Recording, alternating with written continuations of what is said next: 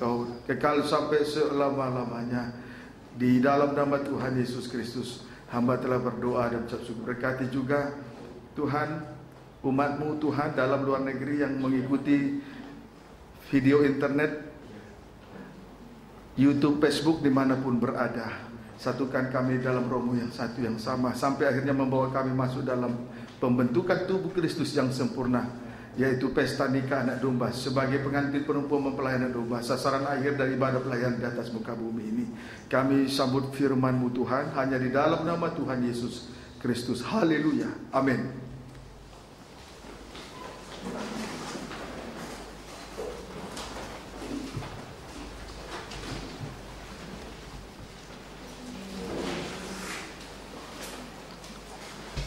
Salam saudaraku, selamat malam, salam sejahtera bagi kita sekaliannya. Salam di dalam kasih-Nya Tuhan kita Yesus Kristus. Oleh karena kemurahan Tuhan, kita diperkenankan untuk melangsungkan ibadah Raya Minggu disertai dengan kesaksian. Puji Tuhan, segera kita memperhatikan firman penggembalaan untuk ibadah Raya Minggu dari Wahyu pasal yang ke-8. Dan sekarang kita akan memperhatikan ayat yang ke-5. Silakan. Materai yang ke-7. Ya. Demikian firman Tuhan. Lalu malaikat itu mengambil kedupat itu, ya, mengisinya dengan api dari mesbah, ya, dan melemparkannya ke bumi. Maka meledaklah bunyi guru, disertai halilintar dan gempa bumi. Ya. Suatu kali nanti, bila sudah tiba waktunya, pedupaan yang berisi api dari mesbah, pedupaan yang berisi api dari mesbah akan dilemparkan ke bumi. Ya, perhatikan dulu sebelum saya lanjutkan. Coba tabernakel. Ya. Pedupaan cawan emas yang berisi ukupan nanti akan diisi dengan api. Lalu dupa itu, api itu akan dilemparkan ke bumi. Puji Tuhan, seharusnya di dalam cawan emas ini adalah ukupan. Ya, ukupan. Kemenyan yang dibakar, lalu asapnya naik ke atas, mengepul. Itulah doa penyembahan, doa yang berbau harum. Puji Tuhan. Tetapi di sini kita melihat suatu kali nanti bila sudah tiba waktunya, pedupaan yang berisi api, diisi dengan api dari mesbah, akan dilemparkan ke bumi. Maka meledaklah bunyi guru, disertai dengan halilintar dan gempa bumi. Berarti terjadi goncangan yang dahsyat dan keributan-keributan yang sangat luar biasa di segala bidang. Baik dalam bidang ekonomi, politik, di dalam pemerintahan, dalam suatu negara, bahkan dalam nikah rumah tangga. Suatu kehancuran yang sangat hebat. Inilah penghukuman dari meterai yang ke-7 sebelum memasuki penghukuman dari 7 sangkakala yang akan ditiup oleh 7 malaikat. Di dalam Wahyu pasal 6 Wahyu pasal 8 ayat 6 sampai dengan ayat yang ke-13. Puji Tuhan. Inilah yang akan terjadi dan menimpa bumi, bertolak belakang dengan suasana di surga. Bertolak belakang dengan suasana di surga. Jadi suatu kali nanti bumi akan mengalami suatu goncangan yang begitu hebat. Bertolak belakang dengan suasana di surga. Coba lihat dulu suasana surga, Wahyu 8 ayat 1. Demikian firman Tuhan. Ya. Dan ketika anak domba itu membuka materai yang ke-7, ya, maka sunyi senyaplah di surga. Ya. Kira-kira setengah jam lamanya. Iya. Sunyi senyaplah di surga. Ini menuju kepada hari perhentian penuh ketenangan dan kedamaian yang luar biasa. Sementara di bumi terjadi goncangan dan keributan, suara guru dan halilintar yang dahsyat terdengar. Dengan demikian, terlihatlah dua keadaan yang sangat berbeda, kontradiksi. Keadaan di bumi dan keadaan di surga sangat bertolak belakang. Keadaan yang sangat berbeda. Ya, suasana di surga sunyi senyap. Ini menuju kepada hari perhentian penuh ketenangan dan kedamaian yang luar biasa. Sementara di bumi terjadi goncangan dan keributan, suara guru dan halilintar yang dahsyat terdengar. Dengan demikian, terlihatlah dua keadaan yang sangat berbeda antara di surga dan di bumi. Strip pertama surga, ini menunjuk manusia rohani yang senantiasa memandang perkara-perkara rohani. Strip yang kedua bumi, menunjuk kepada manusia duniawi yang hidup secara manusiawi, sama dengan terikat dengan perkara-perkara lahiriah atau perkara-perkara di bawah di bumi. Sekarang kita lihat Matius pasal 4 ayat 3 sampai 10. Dua perbedaan ini kita lihat di dalam Injil Matius pasal 4.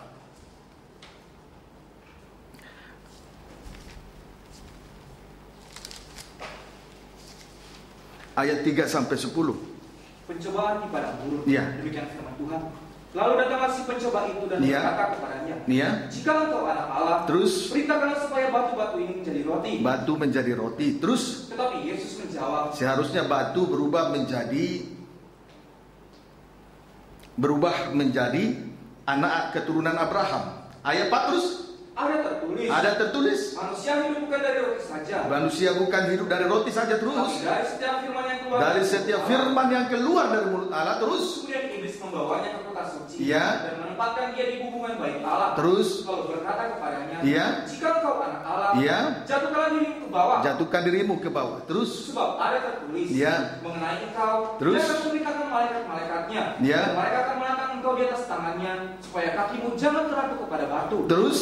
Yesus berkata kepadanya, ada pula tertulis, janganlah engkau mencobai Tuhan Allahmu. Dan iblis membawanya pula ke atas gunung yang sangat tinggi dan memperlihatkan kepadanya semua kerajaan dunia dengan kemegahannya. Terus. Dan berkata kepadanya, semua itu akan kuberikan kepadamu jika engkau sujud menyembah aku. Terus. Berkatalah Yesus kepadanya, enyalah iblis, sebab ada tertulis, engkau harus menyembah Tuhan Allahmu dan hanya kepada Dia sajalah engkau berbakti. Puji Tuhan.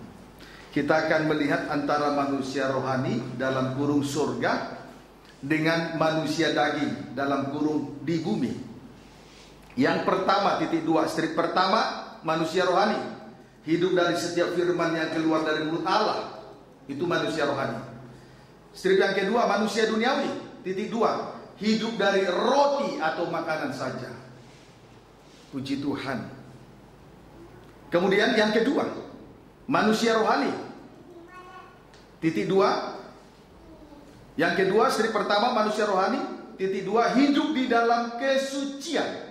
Berarti berada di tempat yang tinggi. Ya, tidak menjatuhkan diri dalam berbagai-bagai pencobaan.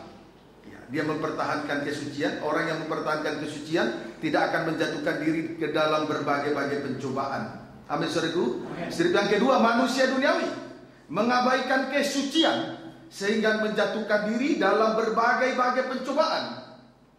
Ya, pencobaan di dalam dunia ini banyak.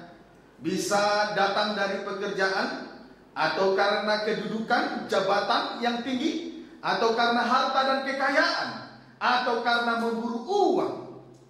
Itu semua bisa menjadi pencobaan. Semua itu oleh karena semua perkara itu bisa mengabaikan kesuciannya, sampai akhirnya jatuh dalam berbagai-bagai pencobaan.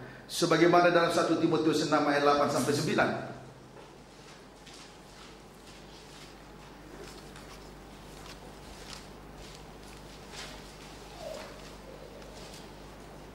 1 Timotius 6 ayat 8 sampai dengan ayat 9, baca. Demikian firman Tuhan. Ya. Asal ada makanan dan pakaian. Asal ada makanan dan pakaian, cukuplah. Terus. Tetapi mereka yang ingin kaya terjatuh ke dalam pencobaan, ke dalam jerat, berbagai-bagai nafsu. Terus nafsu yang hampa. Terus yang menenggelamkan manusia, mencelakakan, menenggelamkan ke dalam keruntuhan dan kebinasaan. Puji Tuhan. Saudaraku, mereka yang ingin kaya jatuh ke dalam pencobaan, ke dalam jerat, dan ke dalam berbagai-bagai nafsu yang hampa. Puji Tuhan. Saudaraku, pencobaan ke dalam pencobaan, sama dengan jerat, sama dengan dalam berbagai-bagai nafsu yang hampa, yang sifatnya mencelakakan, menenggelamkan manusia dalam keruntuhan dan kebinasaan. Amin, saudaraku. Puji Tuhan. Kiranya dapat dipahami dengan baik. Yang ketiga, titik 2 strip pertama, manusia rohani hidup di dalam penyembahan, terikat dengan penyembahan. Strip yang kedua, manusia duniawi terikat dengan segala kerajaan dunia, dengan segala kemegahannya. Terikat dengan kerajaan dunia dengan segala kemegahannya. Puji Tuhan. 1 Yohanes 2 ayat 15.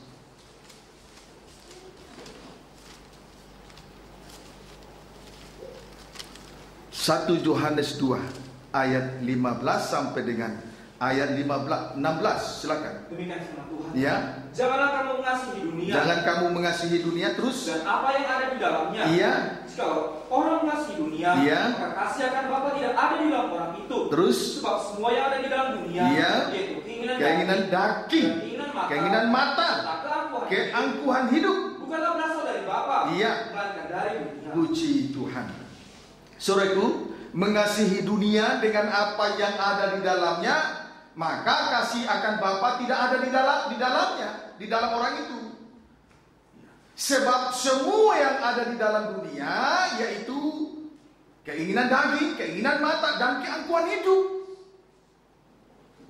Strip pertama, keinginan daging, berarti segala sesuatu yang ada di dalam dunia ini bertentangan dengan keinginan ruh. Strip yang kedua, keinginan mata, berarti hanya untuk kepuasan daging saja. Strip yang ketiga, keangkuhan hidup. Segala yang ada di dunia ini tidak membawa atau tidak menjadikan manusia rendah hati, melainkan segala yang ada di dunia ini menjadi pemicu sehingga seseorang menjadi sombong atau angkuh. Amin, saudara. Puji Tuhan. Ayat 17. Dan dunia ini sedang lenyap dengan keinginannya. Ya. Tetapi orang yang melakukan kehendak Allah tetap hidup selama-lamanya. Puji Tuhan. Dunia ini akan lenyap dengan keinginannya, saudaraku. Ya. Manusia duniawi suatu saat lenyap dengan keinginannya. Tetapi manusia rohani, berarti orang-orang yang melakukan kehendak Allah, tetap hidup selama-lamanya. Amin, saudara. Puji Tuhan. Wahyu 22 ayat 9. Boleh baca dulu ayat 8, penulisan 9 sampai dengan ayat 11. Aku Yohanes, terus aku yang telah mendengar dan melihat semuanya itu. Iya. Dan setelah aku mendengar dan melihatnya, iya, aku tersungkur di depan kaki malaikat. Di hadapan para malaikat, di depan kaki malaikat, terus yang telah menunjukkan semuanya itu kepadaku. Yang telah menunjukkan semua itu kepadanya, terus untuk menyembahnya. Terus tetapi ia berkata kepadaku. Ia berkata kepadaku, malaikat itu berkata, terus jangan berbuat demikian. Iya. Aku adalah hamba. Hamba.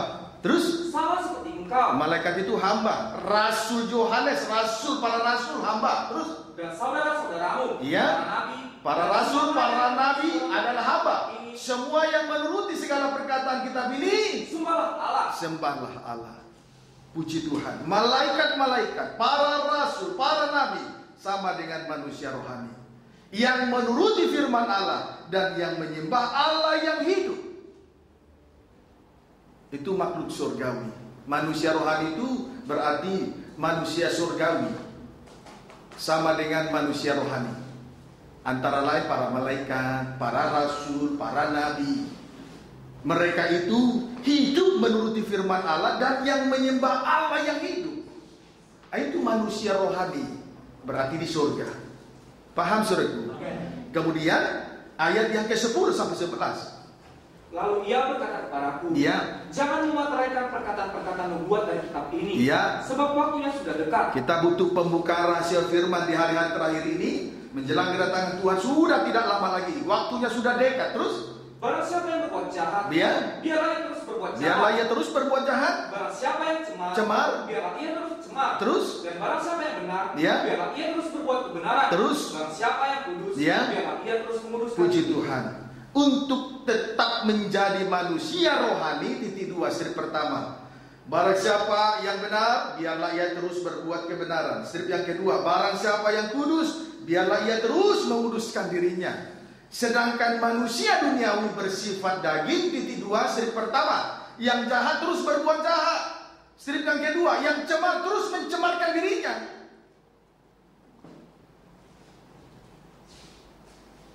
Amin, saudaraku.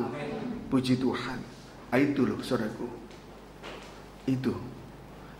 Jadi itu sebabnya tadi di atas tadi kita bisa melihat perbedaan antara keadaan di bumi dan di surga.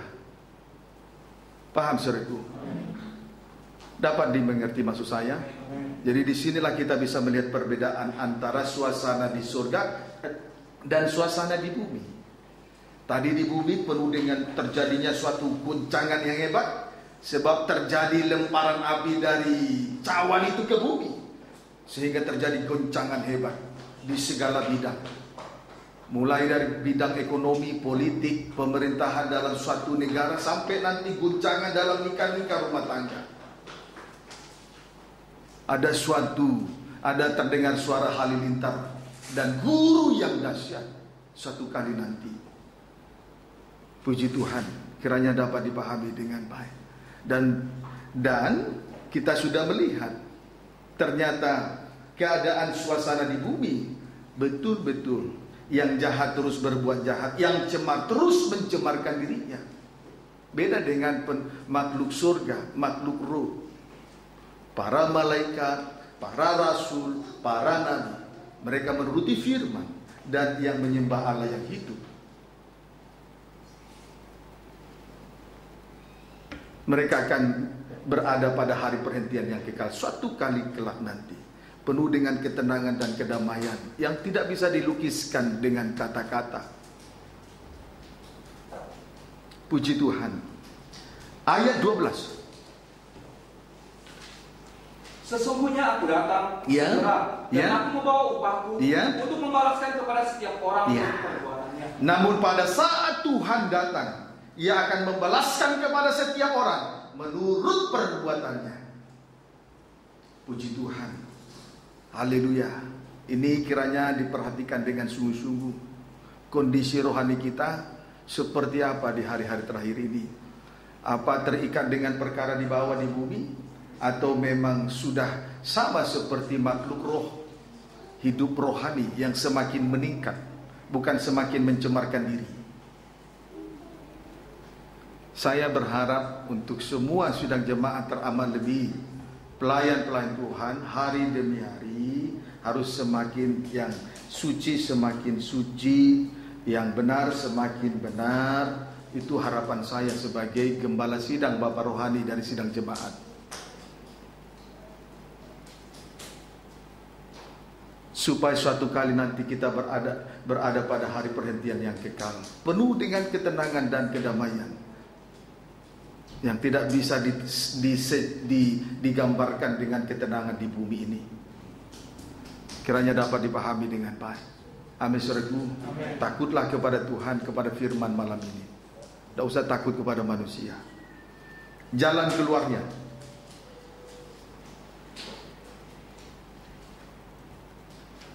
Wahyu 8 ayat 1-4. Wahyu 8. Wahyu 8 ayat 1 sampai dengan ayat yang keempat. Materai yang ketujuh. Iya. Dan ketika anak domba itu membuka materai yang ketujuh, maka sunyi senyaplah di surga. Sunyi senyaplah di surga, terus? Kira-kira setengah jam lamanya. Kira-kira setengah jam lamanya, terus? Lalu aku melihat 7 malaikat yang berdiri di hadapan Allah, dan kepada mereka diberikan 7 sangkakala. Diberikan 7 sangkakala, terus? Maka datang seorang malaikat lain, dan ia pergi berdiri dekat mezbah dengan sebuah penumpang emas. Dan kepadanya diberikan banyak kemenyan untuk dipersembahkannya bersama-sama dengan doa semua orang kudus di atas mezbah emas di hadapan tahta itu. Maka naiklah asap kemenyan bersama-sama dengan doa orang-orang kudus itu dari tangan malaikat itu ke hadapan Allah. Puji Tuhan. Ketika anak domba membuka materai yang ketujuh, maka sunyi senyaplah di surga, kira-kira setengah jam lamanya. Sunyi senyap adalah hari perhentian di dalam Tuhan. Pada hari perhentian itu terlihatlah 2 perkara besar untuk menolong kita pada saat goncangan dan keributan yang dahsyat itu terjadi. Apabila goncangan dan keributan yang dahsyat itu nanti terjadi. Adapun dua perkara tersebut, titik 2a, 7 sangkakala yang diberikan kepada 7 malaikat untuk ditiup atau diperdengarkan. B, kepada seorang malaikat diberikan banyak kemenyan untuk dipersembahkan di atas mezbah emas di hadapan tahta itu. Inilah dua perkara besar tersebut. Mari kita ikuti satu persatu. Yang tentang 7 sangkakala yang akan ditiup oleh 7 malaikat. Artinya firman Allah harus diberitakan atau disampaikan dengan terang, dijelaskan dengan baik. 1 Korintus 14 ayat 8.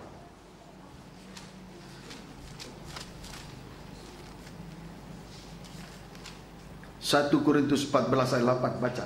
Demikian firman Tuhan. Iya. Atau jika nafiri tidak mengeluarkan bunyi yang terang, iya, siapakah yang menyiapkan diri untuk berperang? Puji Tuhan. Firman Allah harus diperdengarkan dengan terang, dijelaskan dengan baik, sehingga semua pihak mempersiapkan dirinya di hadapan Tuhan. Semua pihak mempersiapkan dirinya di hadapan Tuhan. Baik juga saya sebagai gembala sidang, saat dengar firman Tuhan juga harus mempersiapkan diri untuk menjadi seorang hamba, seorang gembala yang baik di hadapan Tuhan. Imam-imam melayani sesuai dengan karunia Roh Kudus juga harus mempersiapkan dirinya di tengah ibadah dan pelayanan yang Tuhan percayakan. Kita semua, amin saudaraku, puji Tuhan. Apabila firman itu disampaikan dengan terang, dijelaskan dengan baik, maka kita harus segera mempersiapkan diri. Tidak boleh diabaikan begitu saja. Firman tidak boleh berlalu begitu saja. Semua pihak harus mempersiapkan dirinya dengan baik, dengan benar di hadapan Tuhan. 2 nabiri pernah memimpin perjalanan bangsa Israel selama 40 tahun di padang gurun. Sesuai dengan bilangan 10 ayat 1 sampai dengan ayat 36. Setiap kali nafiri ditiup, maka semua pihak mempersiapkan dirinya di hadapan Tuhan. Baik umat Tuhan maupun para pemimpin pasukan serta laskar-laskar atau tentara-tentara Tuhan. Nafiri ditiup dengan atau tanpa semboyan telah menuntun bangsa Israel hingga tiba di tanah perjanjian. Haleluya. Amin saudaraku. Puji Tuhan. Kiranya dapat dipahami dengan baik. Jadi perjalanan bangsa Israel di padang gurun dituntun oleh nafiri, 2 nafiri yang ditiup oleh imam-imam anak Harun. 2 nafiri yang ditempa dari perak, bukan 3, bukan 1. Itulah firman Allah yang disampaikan dengan jelas, dengan benar, dengan terang dalam perjanjian lama dan perjanjian baru. Maka umat yang mendengar firman mempersiapkan dirinya. Juga kepala pasukan, pemimpin kepala pasukan juga mempersiapkan dirinya. Laskar-laskar tentara Tuhan juga mempersiapkan dirinya sebagaimana mestinya sesuai dengan apa yang diharapkan oleh Tuhan. Tidak boleh bertahan pada posisi yang tidak baik. Kiranya dapat dipahami dengan baik. Amin saudaraku. Supaya roh Tuhan itu terus memimpin dalam segala pergerakan rohani kita sampai nanti kita tiba pada hari perhentian itu. Kiranya dapat dipahami dengan baik. Kita lihat Imamat 23 ayat 23 sampai 24.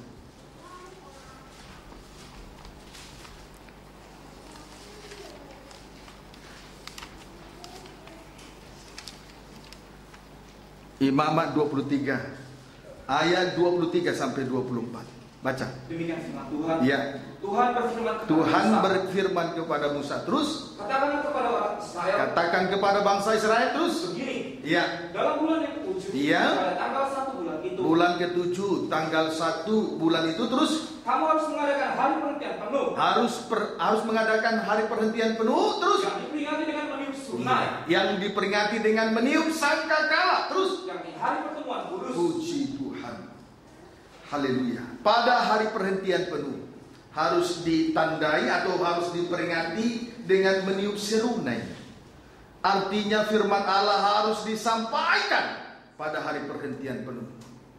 Tidak ada artinya kita berada pada hari perhentian tanpa firman Allah, atau ibadah tanpa firman Allah. Itu bukan ibadah yang menyukakan hati Tuhan, bukan ibadah yang sesuai dengan maunya Tuhan. Itu ibadah buatan tangan manusia. Jadi pada hari perhentian penuh itu harus diperingati dengan meniup sangkakala, serune atau sangkakala.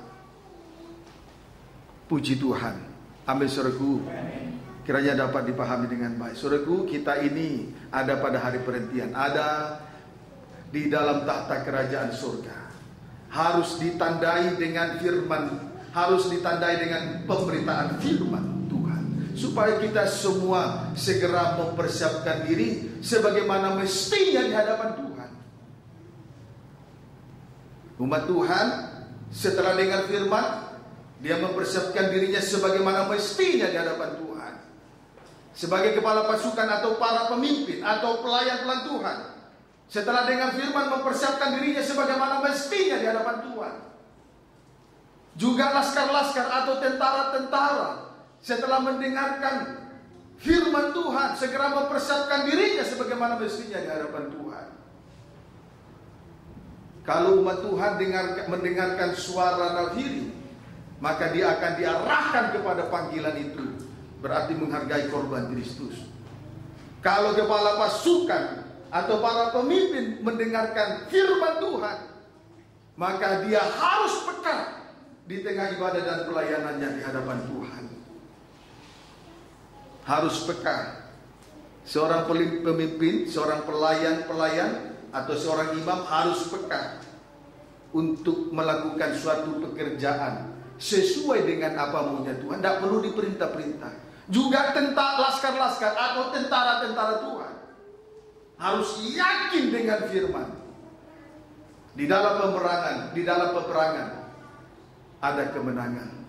Maka seorang tentara tidak perlu memusingkan dirinya soal-soal penghidupan, supaya dia dapat menyenangkan Tuhan sebagai pemimpin perang yang tertinggi.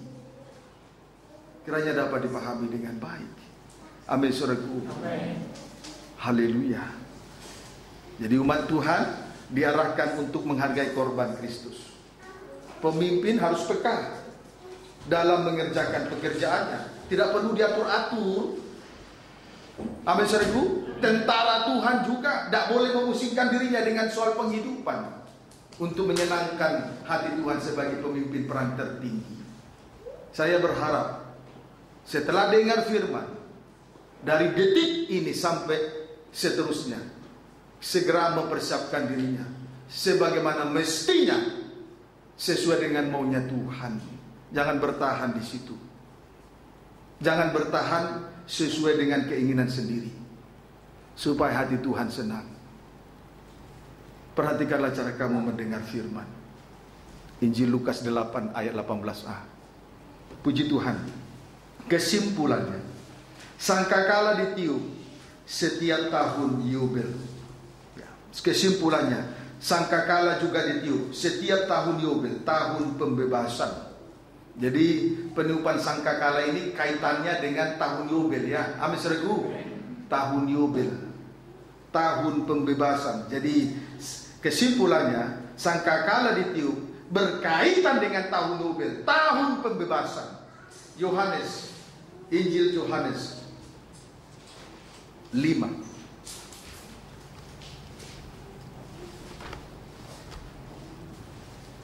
Injil Yohanes 5 ayat 1 sampai dengan ayat yang kelima. Baca. Penyembuhan pada hari Sabat di kolam Bethesda. Iya.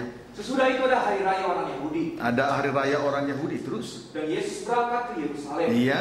Di Yerusalem dekat pintu gerbang domba. Iya. Pintu gerbang. Dekat pintu gerbang domba. Terus ada sebuah kolam. Terus yang dalam bahasa Ibrani Bethesda. Bethesda, kolam Bethesda. Terus ada 5 serambinya. Ada 5 serambi daripada kolam Bethesda yang di Yerusalem. Terus dan di serambi-serambi itu berbaring sejumlah besar orang sakit, orang buta, orang-orang timpang, orang-orang lumpuh yang menantikan goncangan air kolam itu. Terus sebab sewaktu-waktu terus malaikat Tuhan ke kolam itu. Sewaktu-waktu turun malaikat Tuhan ke kolam itu terus dan menggoncangkan air itu. Menggoncangkan, terjadi kegerakan. Terus barang siapa yang dahulu masuk di dalamnya, ke dalamnya terus sudah goncangan air itu. Iya, menjadi sembuh.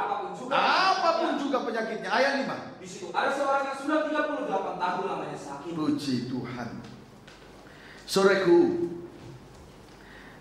tahun Yobel pertama, pada Yobel pertama, semua orang sakit, orang buta, orang timpang, orang lumpuh disembuhkan.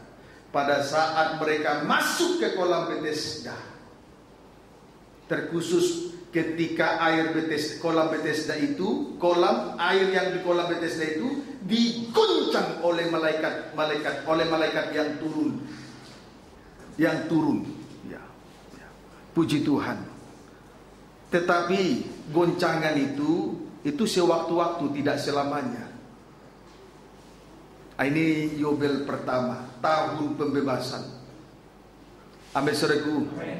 Jadi di serambi itu berbaring sejumlah besar orang sakit, orang-orang buta, orang-orang timpang, dan orang-orang lumpuh yang menantikan goncangan air kolam itu. Sebab sewaktu-waktu turun malaikat Tuhan ke kolam itu dan menggoncangkan air itu.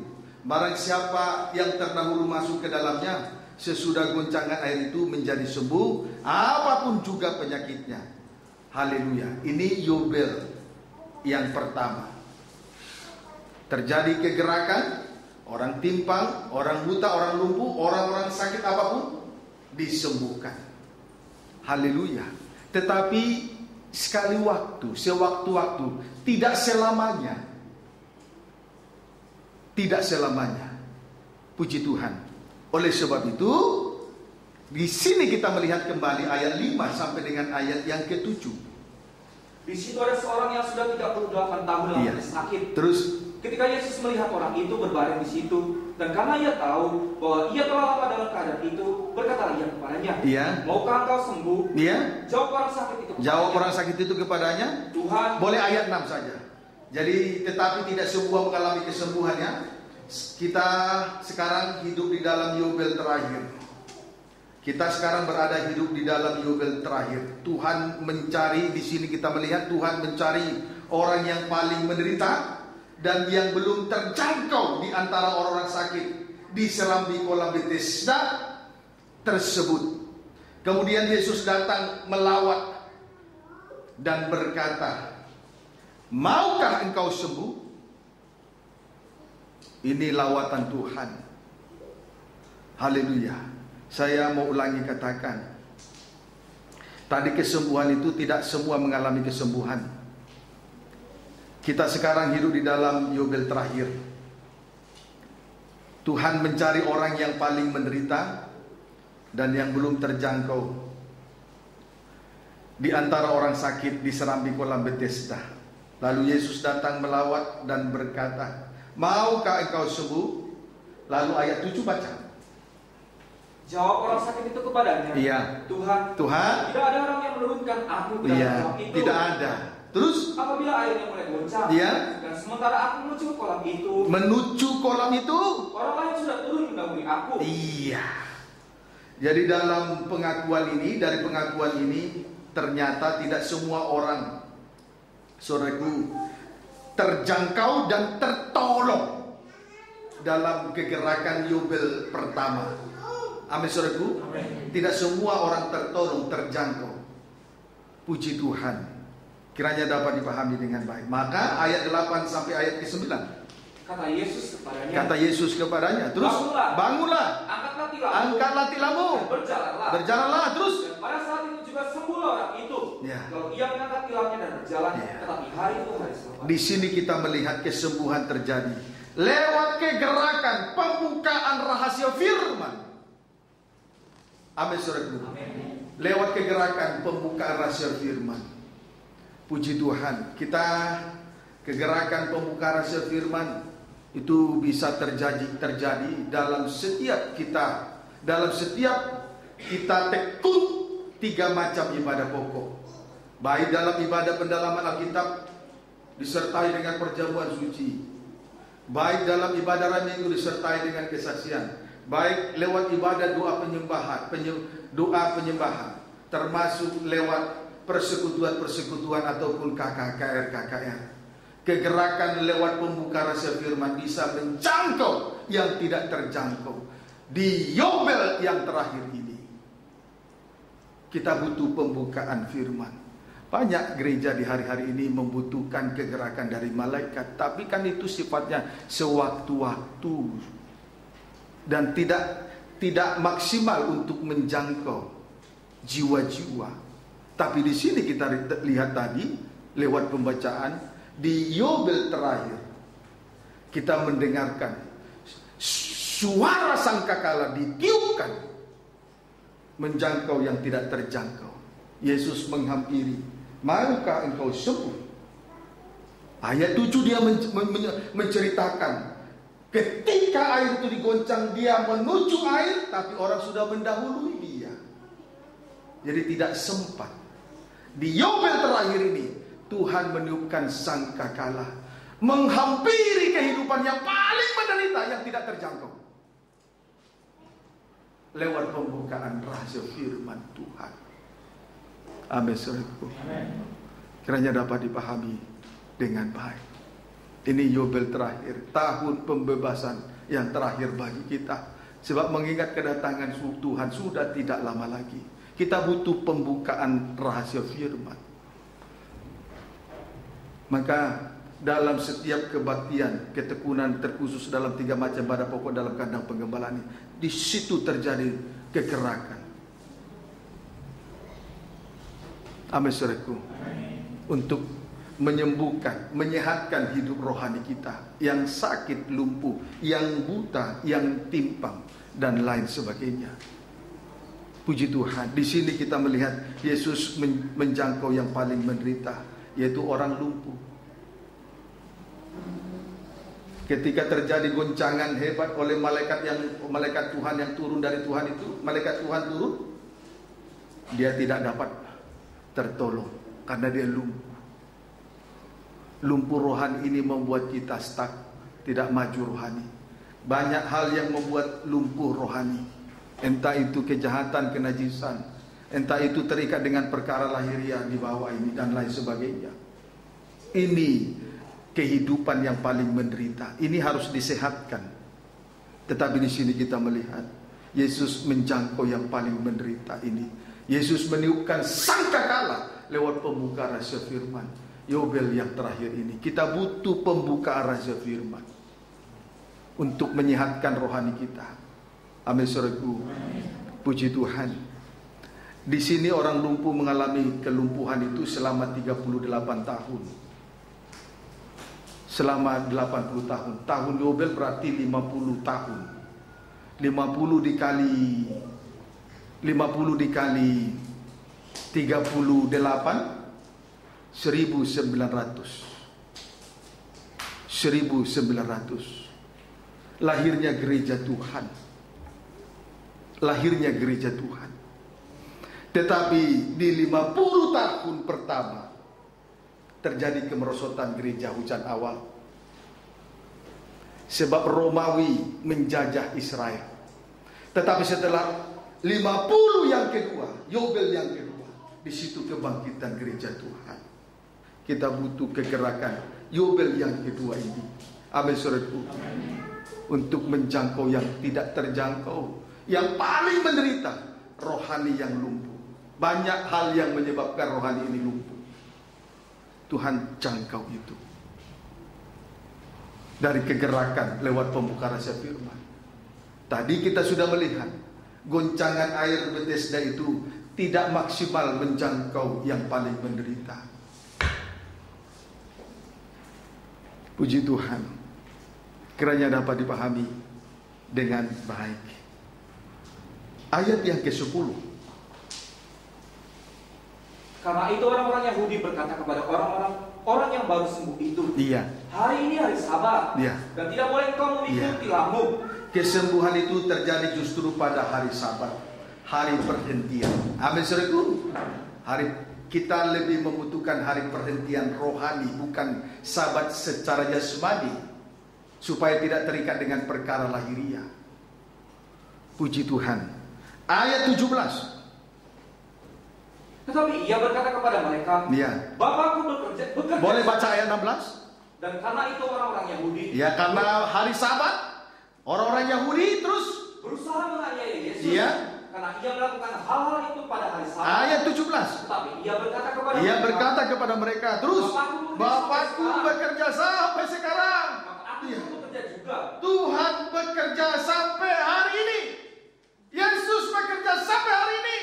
Yesus tetap meniup sangkakala pada Yobel yang terakhir untuk menolong yang paling menderita dari orang-orang yang sakit itu. Seperti orang yang lumpuh selama 38 tahun. Puji Tuhan. Banyak orang melihat orang yang melayani Tuhan mungkin terlihat seperti rohaniawan, tetapi sebetulnya jauh di dalam lubuk hati yang paling dalam Tuhan lebih mengerti. Bisa saja sudah mengalami kelumpuhan rohani. Nah, orang semacam ini butuh pertolongan dari Tuhan. Mengingat hari-hari ini hari terakhir, Yobel terakhir, kita butuh tiupan sangkakala itu untuk mengadakan pembebasan, menyehatkan hidup rohani kita semua. Amin, saudaraku. Puji Tuhan. Saya tidak bisa menuduh dan menunjuk apa yang menyebabkan lumpuh rohani terhadap kehidupan kita masing-masing. Tetapi kita semua mengerti. Kita tahu seperti apa keadaan kita. Hati kita seperti apa di hadapan Tuhan. Dengar suara sangkakala, supaya kita segera mempersiapkan diri sesuai dengan apa maunya Tuhan. Lepas dari kelumpuhan rohani, kiranya dapat dipahami dengan baik. Sekarang kita lihat Matius 24 ayat 31. Demikian firman Tuhan. Dan ia akan meniup keluar malaikat-malaikatnya dengan meniup sangkakala yang dahsyat. Dia meniup sangkakala yang dahsyat, yang besar, terus bunyinya terus. Dan mereka akan mengumpulkan orang-orang pilihannya dari keempat penjuru bumi. Terus dari ujung langit yang satu ke ujung langit yang lain. Puji Tuhan. Sampai pada akhirnya dengan tiupan sangkakala yang besar, tiupan sangkakala yang dahsyat, mempersekutukan anggota tubuh yang terpisah-pisah. Kafir dan Israel dipersekutukan. Amin, saudaraku. Puji Tuhan. Saudaraku, sangkakala pernah ditiup pada saat Yosua memerangi Yeriko, dan tembok Yeriko pun diruntuhkan. Tidak berhenti sampai di situ. Pada saat Raja Salomo dinobatkan, mentahbiskan, Raja Salomo dinobatkan sekaligus mentahbiskan bait suci Allah, juga sangkakala ditiup. Puji Tuhan, kiranya dapat dipahami dengan baik.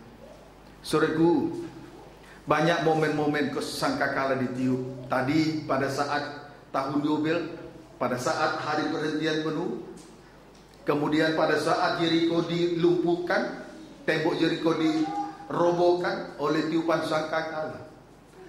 Kita dapat menarik suatu kesimpulan bahwa kabar dari sangkakala ini begitu besar dan luar biasa. Kabar yang semacam ini kita butuhkan. Amin, saudaraku. Puji Tuhan.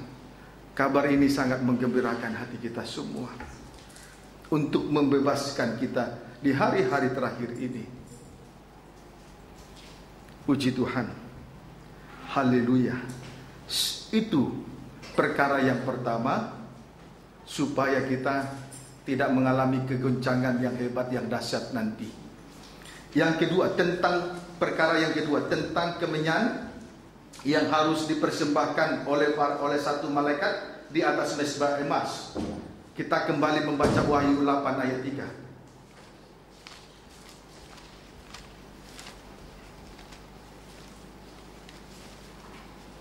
Wahyu 8 ayat yang ketiga. Baca. Demikian firman Tuhan. Ya. Maka datanglah seorang malaikat lain, ya, dan ia pergi berdiri dekat mezbah dengan sebuah pedupan emas. Ya, sebuah pedupan emas, terus? Dan kepadanya diberikan banyak kemenyan. Kepadanya diberikan banyak kemenyan, terus? Dipersembahkannya bersama-sama dengan doa semua orang kudus. Iya. Di atas mezbah emas di hadapan tahta itu. Iya. Terus, ayat 4? Maka naiklah asap kemenyan bersama-sama dengan doa orang-orang kudus itu, ya, dari tangan malaikat itu ke hadapan Allah. Iya. Terima kasih. Kepada malaikat itu diberikan banyak kemenyan untuk dipersembahkan di atas mezbah emas di hadapan tahta itu. Maka naiklah asap kemenyan bersama-sama dengan doa orang-orang kudus. Puji Tuhan, menerima banyak kemenyan berarti di hari-hari terakhir ini kita harus hidup di dalam doa penyembahan yang besar. Jadilah misbah dupa besar untuk menghadapi situasi, kondisi keadaan yang begitu keras. Hari-hari terakhir ini adalah hari-hari yang jahat.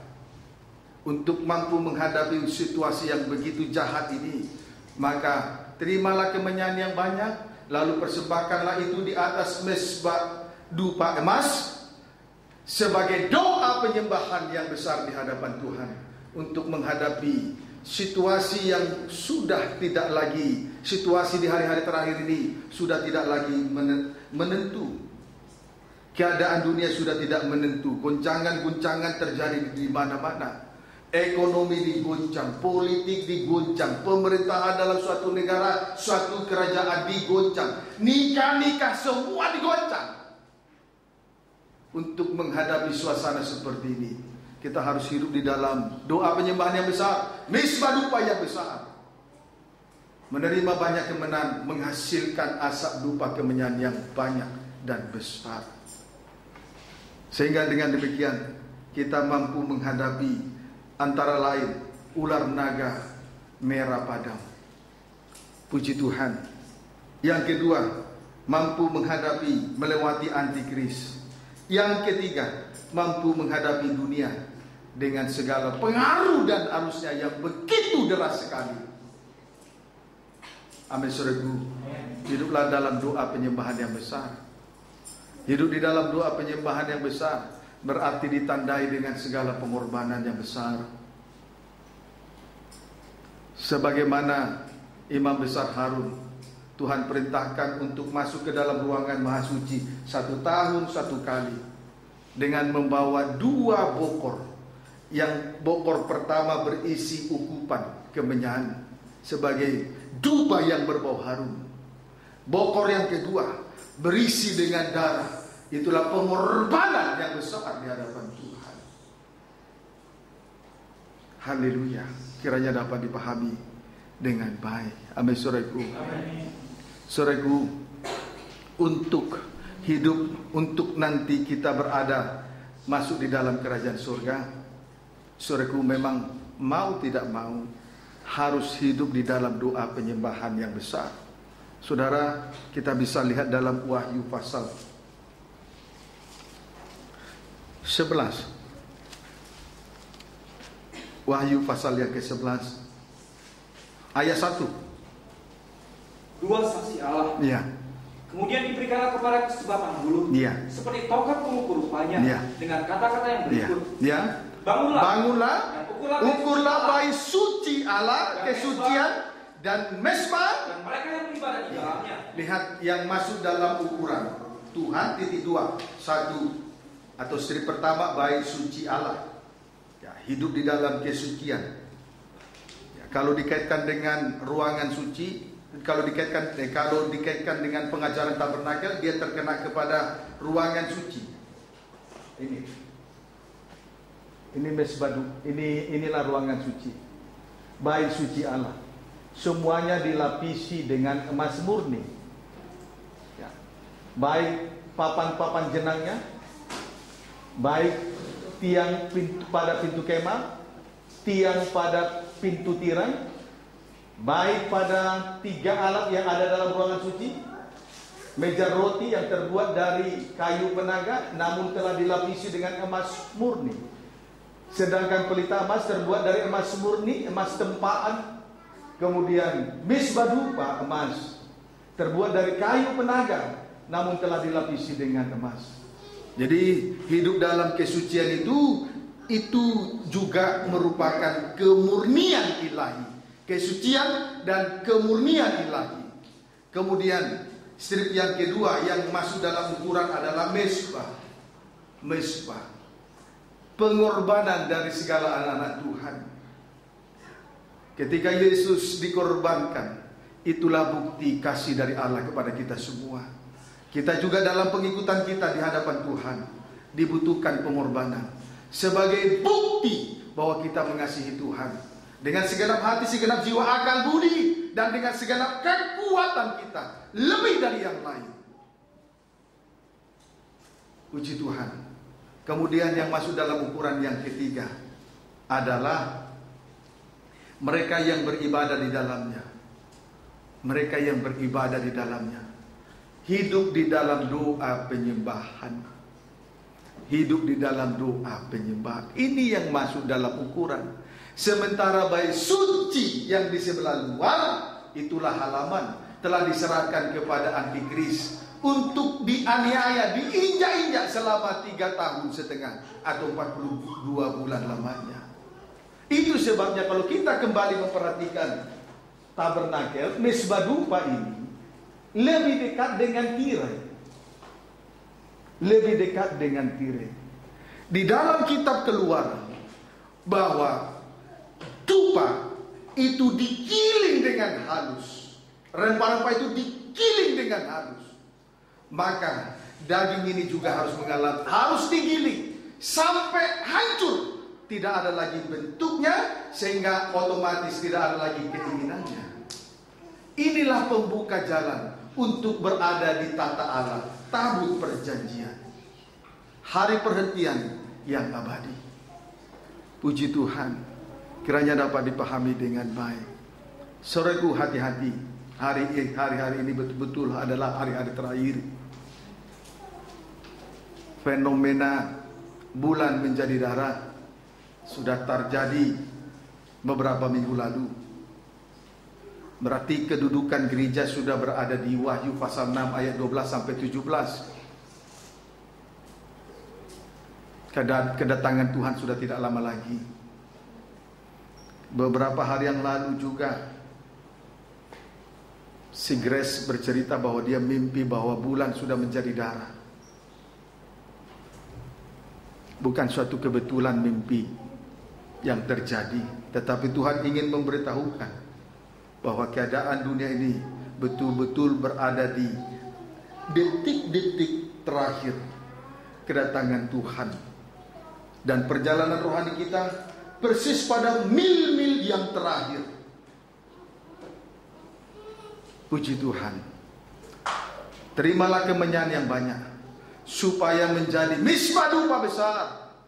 Hidup di dalam doa penyembahan yang besar untuk mampu menghadapi dunia dengan arusnya, antikris dengan segala, terlepas dari aniaya antikris, terlepas dari si ular tua naga merah padam. Puji Tuhan, perempuan yang berselubungkan matahari, bulan di bawah kaki, dan bermahkotakan 12 bintang di atas kepala, dipelihara selama 3,5 tahun, sebab kepadanya diberikan 2 sayap burung nasar yang besar, sehingga dia luput dari mata ular naga merah padam. Puji Tuhan, ketika ular itu menyemburkan dari mulutnya air sebesar sungai dengan satu tujuan untuk menghanyutkan perempuan itu, tapi bumi datang untuk menolong perempuan itu. Itulah doa penyembahan sesuai dengan Kejadian 2 ayat 6. Tetapi naga itu marah, mencari keturunannya yang lain, yang hanya memiliki hukum-hukum Allah dan kesaksian, firman dan Roh Kudus, tetapi ibadahnya tidak memuncak sampai kepada doa penyembahan. Itu yang menjadi sasaran setan. Itu sebabnya pelataran itu sudah diserahkan kepada antikris untuk diinjak-injak selama 3,5 tahun. Bagaimana dengan kondisi rohani kita? Sudah berada di mana? Di jalan di tempat masih penyakit lumpuh karena najis, jahat, perkara lahiriah dan daging atau lain sebagainya.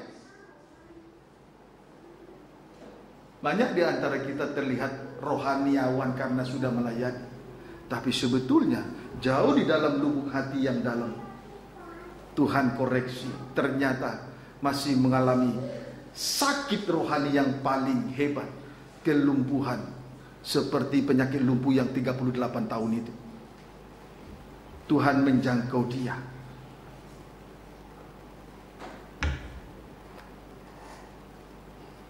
Tapi tidak berhenti hanya mendengar firman, tidak berhenti hanya mendengarkan tiupan 7 sangkakala yang ditiup oleh 7 malaikat.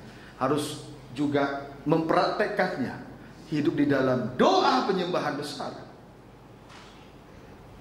Berarti mempersiapkan diri kita di hadapan Tuhan sebagaimana mestinya, sesuai dengan maunya Tuhan. Saya sebagai gembala Tuhan persiapkan diri dalam melayani Tuhan. Gembala sidang, sebagai imam, sebagai umat Tuhan, setelah dengar firman, segera persiapkan diri sesuai dengan apa maunya Tuhan. Tidak cukup hanya dengar, harus segera lakukan. Hidup dalam doa penyembahan yang besar. Betapa baiknya Tuhan. Pada mil-mil terakhir perjalanan rohani kita, itulah yobel terakhir, Yesus meniupkan sangkakalanya untuk membebaskan rohani kita dari sakit penyakit, untuk menyehatkan rohani kita semua dari kelumpuhan rohani. Puji Tuhan. Tuhan begitu rupa berbicara kepada kita semua. Dan Tuhan berbicara dengan berbagai cara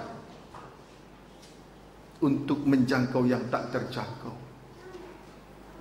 Menyampaikan pengajaran dengan segala kesabaran, menyampaikan pengajaran dengan kasih sayang dan kasih setianya, menyampaikan pengajaran dengan segala kemurahan hatinya, untuk kita bisa merasakan tahun rahmat dan tahun pembebasan dari Tuhan. Masihkah kita mempertahankan diri, tidak segera mempersiapkan diri sebagaimana mestinya maunya Tuhan? Bukankah itu sama dengan membunuh diri sendiri?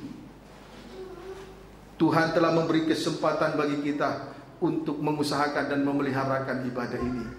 Kemudian di tengah-tengah perkumpulan ini diberi kesempatan bagi kita untuk melayani Tuhan, terkhusus imam-imam, melayani sesuai dengan karunia Roh Kudus. Masihkah bermain-main? Tidakkah mau mempersiapkan dirinya sesuai dengan apa maunya Tuhan? Hanya dengar tapi tidak mau lakukan. 2 perkara besar, 7 sangkakala dan misbah dupa besar, untuk menolong dari kegoncangan yang besar. Wahyu pasal 5, Wahyu pasal 8 ayat yang ke-5. Itu baru awal, akhir dari materai yang ke-7, penghukuman dari materai ke-7, tetapi awal untuk memasuki penghukuman dari 7 sangkakala. Kita berdoa, kita juga bisa melihat 7 sangkakala yang akan ditiup sebagai penghukuman. Sebab itu, dengar, persiapkan diri, lakukan apa yang didengar, sampai hidup di dalam doa penyembahan yang besar, supaya terlepas dari goncangan gempa bumi yang hebat, hasut dengan suara halilintar yang dahsyat, bunyi guru dan halilintar yang dahsyat. Dunia ini bisa bergelora, ekonomi, politik, pemerintahan dalam suatu negara, suatu kerajaan, semua boleh goncang. Tapi kalau kita mau memperhatikan dua perkara, 7 sangkakala yang diberikan kepada 7 malaikat yang akan ditiup. Kemudian memperhatikan perkara yang kedua, nisbah dupa besar, menerima kemenyan yang banyak untuk menjadi hidup dalam doa penyembahan yang besar, supaya kita tertolong. Tuhan Yesus memberkati kita besar.